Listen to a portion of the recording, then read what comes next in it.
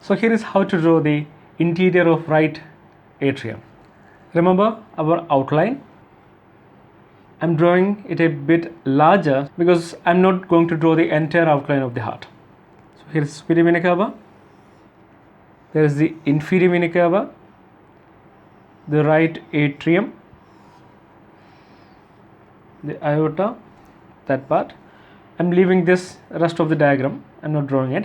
So I have drawn the outline of the right atrium. And remember, this is the anterior wall of the right auricle and atrium. The most of the atrium is anteriorly as well as on the right aspect. So there is no doubt that this is the anterior wall, superior vena cava, and this is the inferior vena cava. So I'm going to make a cut along here, a part of the right auricle, and here is the coronary sulcus, and I'm going to make a cut just above the coronary sulcus as well as above the inferior vena cava. So I am drawing a mirror image of this to the other side. This is it. So I have flipped this and I'll get the outline like this. Now you are seeing the exterior of the anterior wall.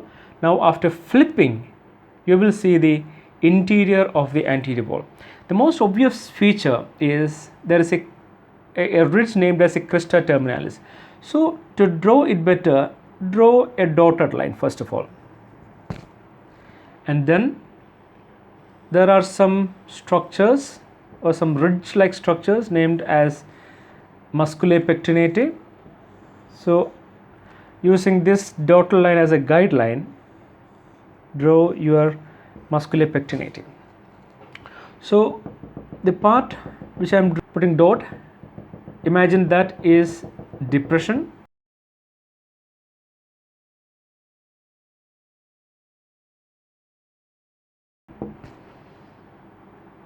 Now I can remove this dotted line. This is an elevated ridge-like structure named as crista terminalis. Crista terminalis is produced by sulcus which is outside named as sulcus terminalis. So that basically it makes a fold to the interior which we call as the crista terminalis. And from this crista terminalis there are some thickened ridge-like structure which resembles the teeth of a comb, which we call as musculae pectinate. This forms the rough anterior wall of the right atrium that is developed embryologically from the right half of the atrium proper, and it has a posterior smooth part which we call as sinus venerum. It is named as sinus venerum because most of the veins, basically there are three veins opening into this, that is superior vena cava, inferior vena cava, and the coronary sinus. These major three veins opens into that posterior smooth part. In the posterior smooth part, we can see a small fold made of endocardium, which we call as the valve of inferior vena cava. This is also named as Eustachian valve. It do not have any significant function in an adult heart, but in fetal circulation, this has a very important role of diverting oxygenated blood which is coming through the inferior vena cava through the foramen ovale into the left atrium. So in adult heart, this is just a rudimentary structure. And superior vena cava do not have any similar valve-like structure. This is the opening of the coronary sinus. That opening of coronary sinus is also guarded by a valve-like fold which is named as valve of coronary sinus. This is also named as Thebesian valve. The interatrial septum is basically the septum made up of mainly myocardium, which separates the chamber of right atrium from the left atrium. The most obvious feature is you can see a inverted U-shaped margin which is named as the limbus fossa ovalis.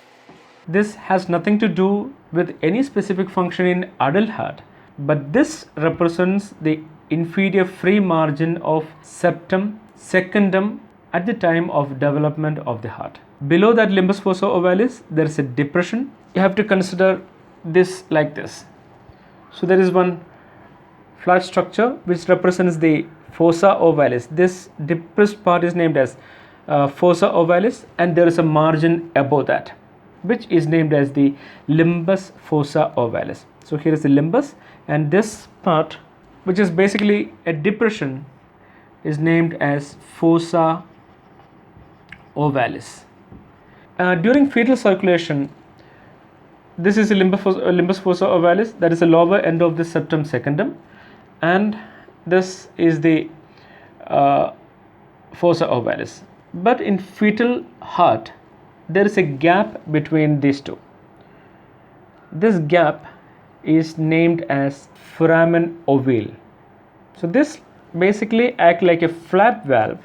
This allows blood to flow in this direction, but when the baby is born, this closes and it separates the right atrium from the left atrium. The openings of vena caudis minimi are numerous in the right atrium. So remember, there are three main veins entering the chamber of the right atrium: the superior vena cava, the inferior vena cava, and the coronary sinus.